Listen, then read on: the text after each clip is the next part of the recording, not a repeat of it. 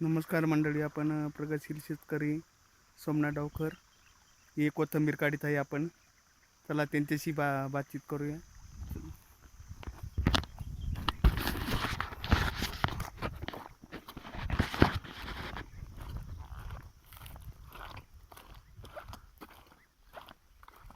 बोला, नाव सांगा. नाव श्रेय सोमनाथ डावकर. आज आलोय आम्ही कोथिंबीर काढायला. बघा अशा प्रकारे आमच्याकडे कोथिंबीर बनवले जाते.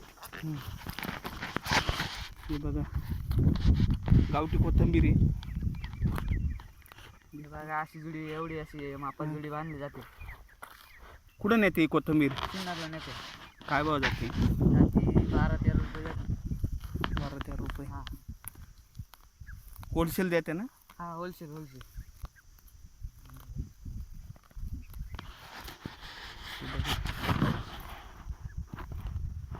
एवढी इकडे काढलेली बोलायचे सोमा. आम्हाला फक्त दिसत आहे. बोल तुझं नाव. नाही, मी फक्त दिसत. हां, नमस्कार मंडळी. बोल ना, तू बोल ना, सांग. राम राम मंडळी, या कोथिंबीर काढायला.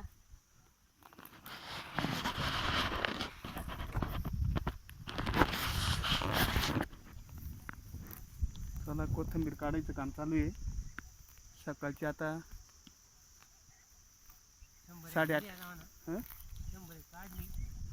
सकाळची आता 8:30 वाजले. 100 कोथिंबीर काढली गावठीची. आता ही कोथिंबीर काढून सिन्नरला घेऊन जाणार आहे. सिन्नरच्या मार्केटमध्ये होलसेल दरात हिची विक्री होणार. हिची काय बघतो 12-13 रुपये जाते.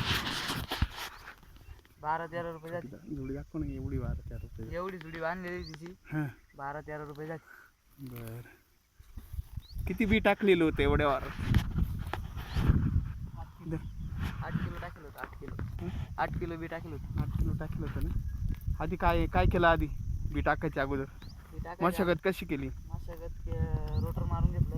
हां, मग बी फोकलं. मग पानांना सरी पाडून दिली. बघा या अशा प्रकारे मग वावर बांधून घेतलं थोडंसं पावडीने.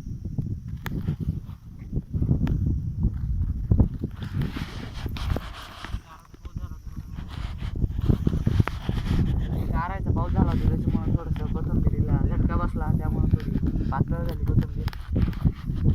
गाराचा पाऊस झाल्यामुळं कोथिंबीरला थोडासा झटका बसला. एकदम दाट उतरेल होती भाजी. हे बघा, तुम्ही पाहू शकते.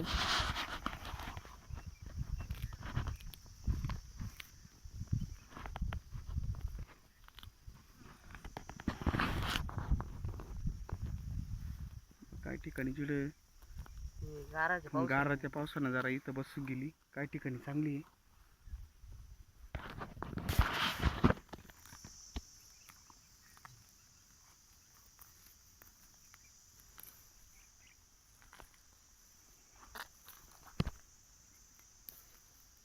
असेच व्हिडिओ बघत राहा मित्रांनो. लाईक आणि शेअर करा. चॅनलला सबस्क्राईब करा. धन्यवाद.